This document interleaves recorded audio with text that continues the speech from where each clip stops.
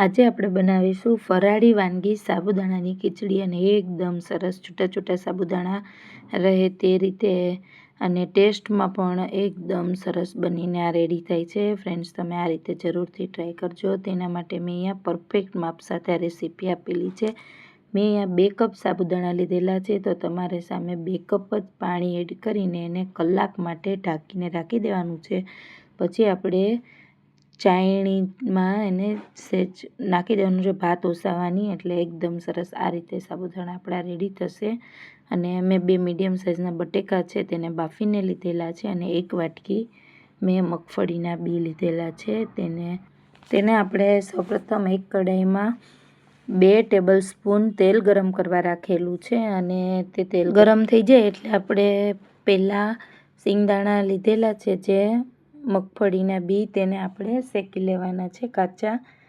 એને આપણે ફ્રાય કરી લેવાના છે આ ઓઇલમાં, ગોલ્ડન બ્રાઉન થાય ત્યાં સુધી, પછી નીકાળી લેવાના છે. ત્યાર પછી મેં અહીંયા સાબુદાણાની ખીચડી બનાવવા માટે આ જ તેલમાં તેલ ગરમ થાય એટલે આખું જીરું લીધેલું છે 1 ચમચી અને કરી પત્તા લીધેલા છે. ત્યાર પછી મેં 2 સૂકા લાલ મરચાં અને 2 તેજપત્તા લીધેલા છે, તેને આપણે એડ કરી દેવાના છે. અને અહીંયા આપણે ગ્રીન મેં મરચી લીધેલી છે, મીડિયમ તીખી છે, તે તમારા ટેસ્ટ પ્રમાણે તમે તીખાશ આમાં લઈ શકો છો. તે મરચાં પહેલાં એડ કરવાના છે અને ત્યાર પછી આપણે જ્યાં બાફેલા બટેકા લીધેલા છે અહીંયા, તેને આપણે આની અંદર એડ કરી દેવાના છે અને તેને તેલમાં સરસ રીતે આપણે આ બધી વસ્તુને ફ્રાય થવા દેવાનું છે. અને આ તેલમાં ફ્રાય થઈ જાય થોડી વાર પછી, એટલે આમાં મેં સિંધવ નમક એડ કરેલું છે ફરાળ માટે ખવાતું, તેને આપણે મિક્સ કરી દેવાનું છે. અને તે સરસ મિક્સ થઈ જાય એટલે મેં આમાં અડધી ચમચી મરી પાવડર લીધેલો છે. મરી પાવડરનો ટેસ્ટ આ ખીચડીમાં બહુ જ સરસ લાગે છે, તેને મેં એડ કરેલો છે આની અંદર. ત્યાર પછી આપણે જે સાબુદાણા પલાળીને રેડી કરી લીધેલા છે તે આ રીતે એકદમ સરસ છૂટા પલળાશે. આ માપ તમારે રાખવાનું છે.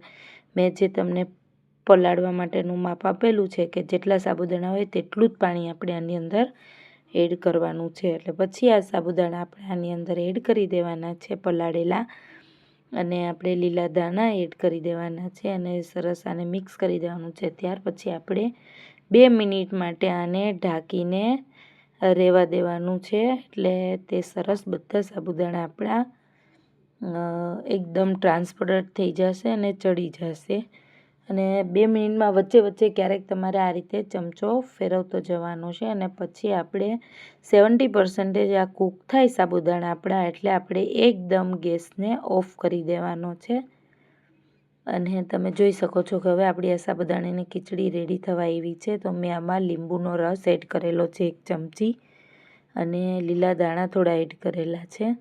હવે આપણે આને એમનામ બધું મિક્સ કરીને સરસ રીતે ઢાંકીને આપણે રાખી દેવાની છે, કે જેથી આપણું આ વાસણ, આપણું જે કઢાઈ છે તે એટલી ગરમ હશે એટલે એ 100% આપણી ખીચડી સરસ, સાબુદાણા આપણા એકદમ ટ્રાન્સપરન્ટ થઈ જશે. હવે આપણે આને ઢાંકીને એમનામ ગેસ ઓફ કરીને રહેવા દેવાનું છે.